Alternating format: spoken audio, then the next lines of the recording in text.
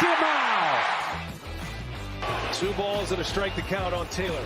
Reyes fires, swinging a drive, deep left field. This is way back. Welcome on, Chris Taylor.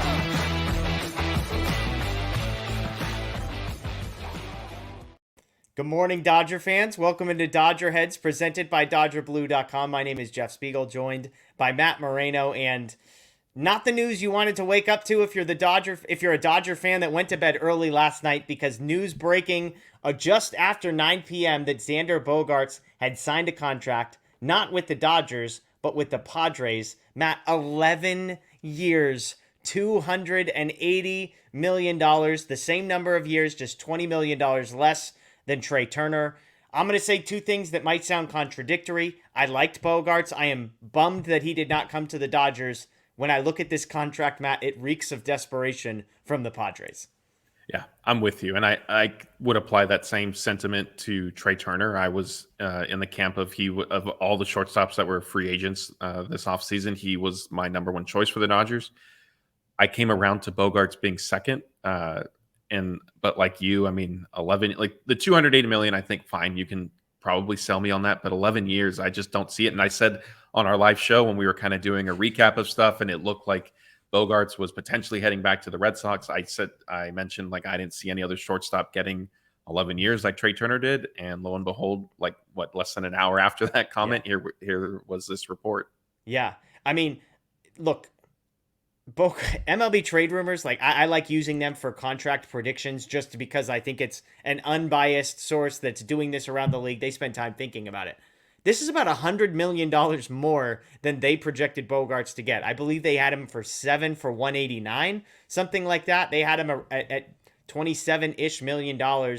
He gets all those dollars and they tack on 4 extra years of it. So good player, Xander Bogaerts. I don't like that he's going to the Padres because I think he's a good player. I think the bat is going to play, and between Machado and Tatis and Soto and Bogaerts, that's a middle of the lineup that is horrifying if you're a Dodger pitcher, for sure. I guess you could make the case that, hey, if you're the Dodgers, maybe you like this because this is going to eat up some cap space later on in the deal. But as we're looking at this now, Bogaerts is a really good player, and the Padres have gotten better. Meaning for me, as a Dodgers fan, as the guy who's been saying, don't worry, don't panic, don't worry, we're starting to get there, Matt, because if they're not going to sign Carlos Correa, which are all the reports, and they didn't sign Bogaerts, and they didn't sign Trey Turner, now we're talking, we're wading into the unknown of, unless there's a trade coming, we might be in trouble. Yeah, and I think, like, I mean, at this point, you would probably have to say the Padres are now the NL West favorites, right? As we sit here right now. And that's, been a change from the past few years. They've been picked by some to, threaten the Dodgers and maybe push them a little bit more than they have been in other seasons. But yeah, I mean, like we've discussed, I think there's a clear intent by the Dodgers to stay below the luxury tax. And so I didn't really think signing any of these big name shortstops was going to end up being viable. And I guess the one exception could be if Carlos Correa is willing to do another, 3-year contract like he just did with the Twins at a high AAV. Maybe that's when the Dodgers decide to jump in.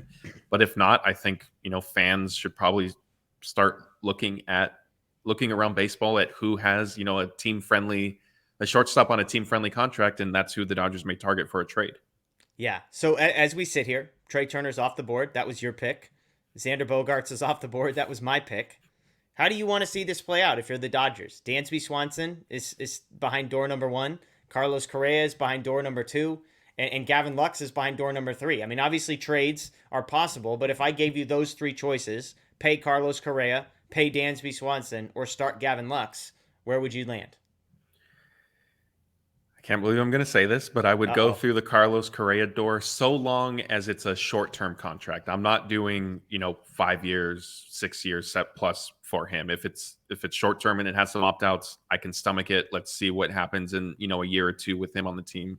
But I definitely wouldn't do, 11 years. Yeah, I think 5 or 6 years would be my max with a guy like Correa, because Correa's the youngest of this bunch. So if you could lock him down for 5, but it's unlikely. What he's going to want to do is either sign the 11-year deal and lock up his financial security for the rest of his life, or, like you said, sign the 2-year, $90 million deal or whatever that sets him up for 2 years and lets him hit free agency at age 30, which, by the way, is how old Xander Bogaerts was when he signed an 11-year deal with the Padres last night. And so I've long said Correa is the best player. I just can't stomach Correa the person.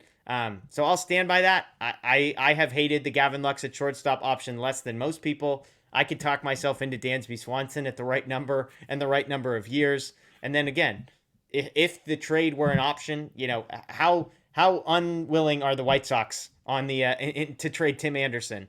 I don't like Willy Adames a ton.